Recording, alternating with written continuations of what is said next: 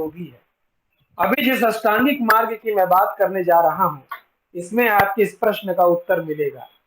अगर आप किसी चीज को, किसी कार्य को करने के विरोध में हैं और संकल्प लेते हैं कि हमें यह नहीं करना है, तो आप जब तक उसके प्रति दृढ़ संकल्पित नहीं है, तब तक आप भूल जाइए कि आपको मुक्ति मिलेगी, आपको निर्वाण मिलेगा। जिस दुख की बात प्रथम चरण में चार आर्य सत्य में बुद्ध ने की, और फिर उन्होंने कहा कि दुख का कारण है, तो दुख के कारण में हमने प्रकृति समुत्पाद की बात कही, और तीसरे चरण में वो कहते हैं इन सभी से मुक्ति का एकमात्र माध्यम है निर्वाण। तो फिर निर्वाण प्राप्ति के लिए आपको क्या करना होगा, वो चौथे चरण में बताते हैं। वही मैं आप लोगों को बताने जा रहा हूं, अष्टांगिक मार्ग। ये द्वादश निदान तो वो स्थिति है जिससे कि आपको कभी भी बाहर आप निकल नहीं पाए। इससे मुक्ति के लिए तीसरे चरण में वो बोलते हैं कि आपको मिलेगा निर्वाण, तभी आप इससे मुक्त हो पाएंगे। तो फिर अगला प्रश्न है, निर्वाण कैसे मिलेगा? तो इनका पालन करो तो आपको निर्वाण मिल जाएगा। तो मुझे लगता है कि आप लोगों को इससे पहले मुझे निर्वाण की चर्चा करनी चाहिए। निर्वाण क्या है, तब मैं आप लोगों को अष्टांगिक मार्ग बताऊंगा, क्योंकि तभी वो एक सिलसिले से आ सकता है। निर्वाण क्या है? निर्वाण एक ऐसी स्थिति है जब आप इस जीवन में जो दुख है उससे पूरी तरह से मुक्त हो जाते हैं। तो किस प्रकार के दुख से मुक्त हो जाते हैं? तो वही जो तृष्णा है उससे आप मुक्त हो जाते हैं। निर्वाण क्या बुद्धिज्म में पहली बार इसकी व्याख्या की गई है? नहीं। उपनिषद दर्शन में जीवन मुक्ति की जो दार्शनिक व्याख्या है, जीवन मुक्ति, उसी जीवन मुक्ति को बुद्धिज्म में निर्वाण कहा गया है। निर्वाण प्राप्ति के बाद शरीर कायम रहता है। कहने का मतलब आप जीते जी निर्वाण प्राप्त कर सकते हैं। जैसे कि महात्मा बुद्ध को जब बोध गया में उन्होंने संबोधि प्राप्त किया, ज्ञान प्राप्त किया, उसे ही संबोधि भी कहते हैं, उसी समय उन्हें निर्वाण प्राप्त हो चुका था। पर परिनिर्वाण, परिनिर्वाण का अर्थ होता है सशरीर मृत्यु के उपरांत जब निर्वाण प्राप्त हो, उसे परिनिर्वाण कहते हैं। तो कहने का अर्थ यह है, बुद्धिज्म और जैनिज्म इस बात पर जोर देता है कि जीते जी आपको निर्वाण या कैवल्य मिल सकते हैं। इस्लाम इस बात को नहीं मानता। इस्लाम सशरीर जब तक आपकी मृत्यु नहीं होगी, आपको जन्नत नहीं मिलेगी। तो जब आप निर्वाण प्राप्ति के बाद शरीर कायम रहता है, क्योंकि शरीर पूर्व जन्मों के कर्मों का फल भोग रहा है। आप बोल सकते हैं जब निर्वाण मिल ही गया सर, तो फिर वो जाए, मतलब उसे मुक्ति मिल जाए, फिर शरीर वो धारण ही ना करे। तो पूर्व जन्म के जो कर्म है उसका फल तो इस शरीर को भोगना है ना।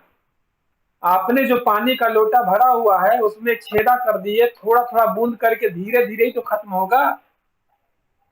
भले आपकी प्यास बुझ गई, पर वो छेदा तो अब पानी गिरता ही रहेगा।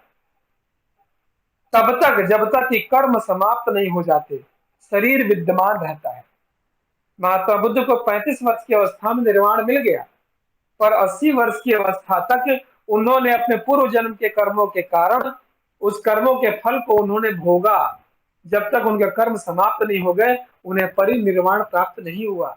80 वर्ष की अवस्था में, फिर 80 वर्ष में उनको परिनिर्वाण मिला।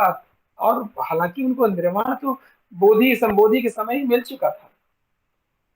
तो निर्वाण कर्म पर आधारित है। जैसे कर्म करेंगे वैसा आपको निर्वाण मिलेगा। कर्म अच्छे नहीं है, निर्वाण नहीं मिलेगा। कर्म अच्छे करेंगे, निर्वाण मिल जाएगा। तो फिर कर्म किस प्रकार के? तो कर्म दो प्रकार के होते हैं। पहला कर्म क्या है? पहला कर्म है आसक्त कर्म।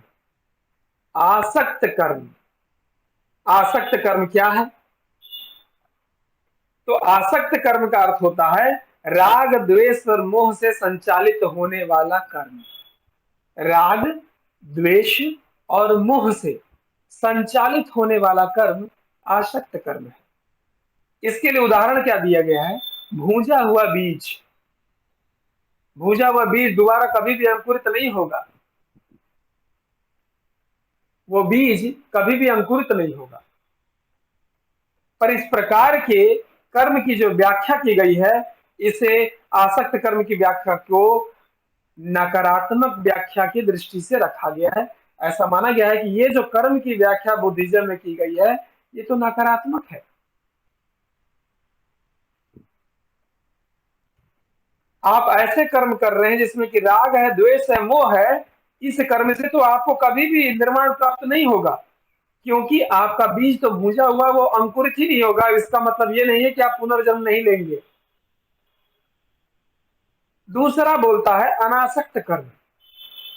अनासक्त कर्म मतलब वही जो राग द्वेष मोह है उससे रहित, मतलब वो जिसमें ना हो। एक ऐसा बीज जिससे कि अंकुरण हो, पौधा बने, वृक्ष बने।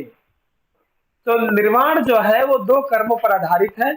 अगर आप आसक्त कर्म में हैं तो आपको निर्वाण नहीं मिलेगा, क्योंकि उदाहरण के तौर पर ये बीज भूंजा हुआ है।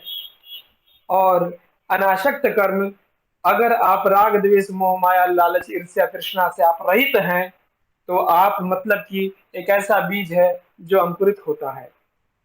गीता में निष्काम कर्म की जो व्याख्या की गई है, निष्काम कर्म की भावना, ये गीता में व्याख्या है दर्शन की। ये जो व्याख्या है वो यही व्याख्या है जो बुद्धिज्म में आसक्त कर्म के रूप में बताई गई है। निर्वाण शब्द का अर्थ क्या होता है? तो निर्वाण शब्द के अर्थ को दो भागों में विभाजित किया गया है।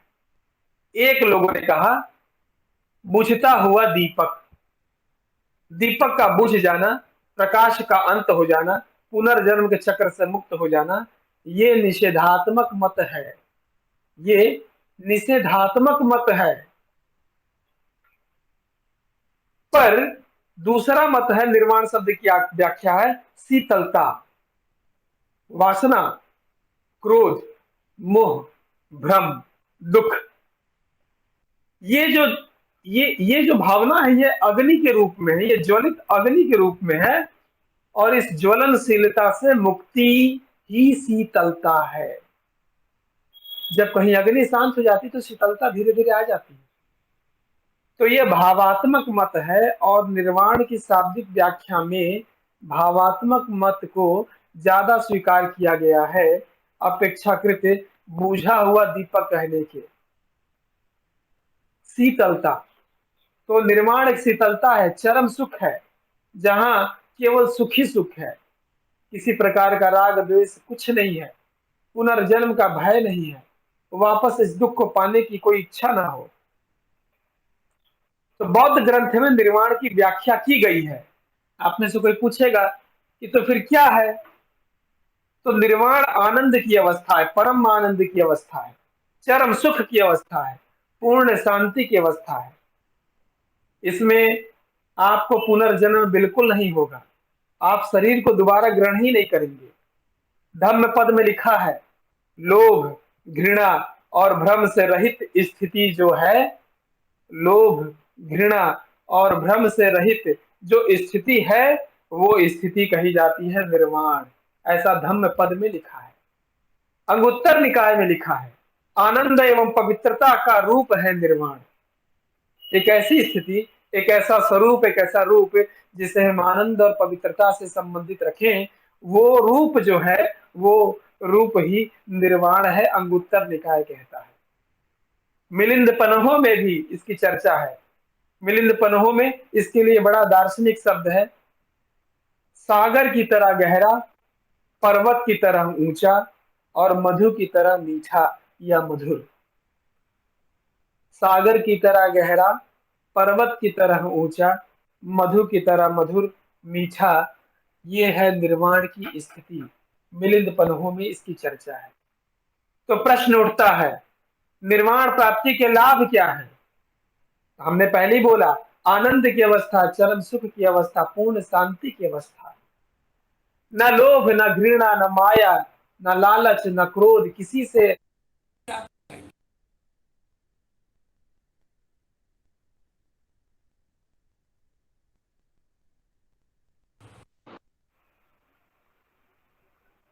मेरी आवाज आप लोगों तक जा रही है?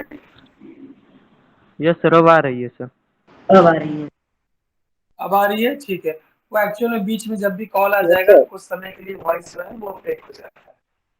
तो निर्वाण प्राप्ति के लाभ क्या है? तो भाई निर्वाण प्राप्ति के लाभ भी तो जानना आवश्यक है। सबसे पहला तो लाभ यही है कि समस्त दुखों का अंत। दूसरा, पुनर्जन्म की संभावना से मुक्ति, अब पुनर्जन्म नहीं होगा। और तीसरा, निर्वाण प्राप्ति के पश्चात जो भी जीवन बचा है वो जीवन शांति पूर्वक व्यतीत होगा। तो ये तीन लाभ हैं। पहला लाभ समस्त दुखों का अंत, दूसरा लाभ पुनर्जन्म की संभावना से मुक्ति, और तीसरा लाभ निर्वाण प्राप्ति के पश्चात जो भी जीवन शेष बचा है उससे आप जीवन जो है शांति पूर्वक व्यतीत होगा। ये है पूरी की पूरी निर्वाण की व्याख्या। अब आपके मन में कोई प्रश्न है तो आप पूछ सकते हैं।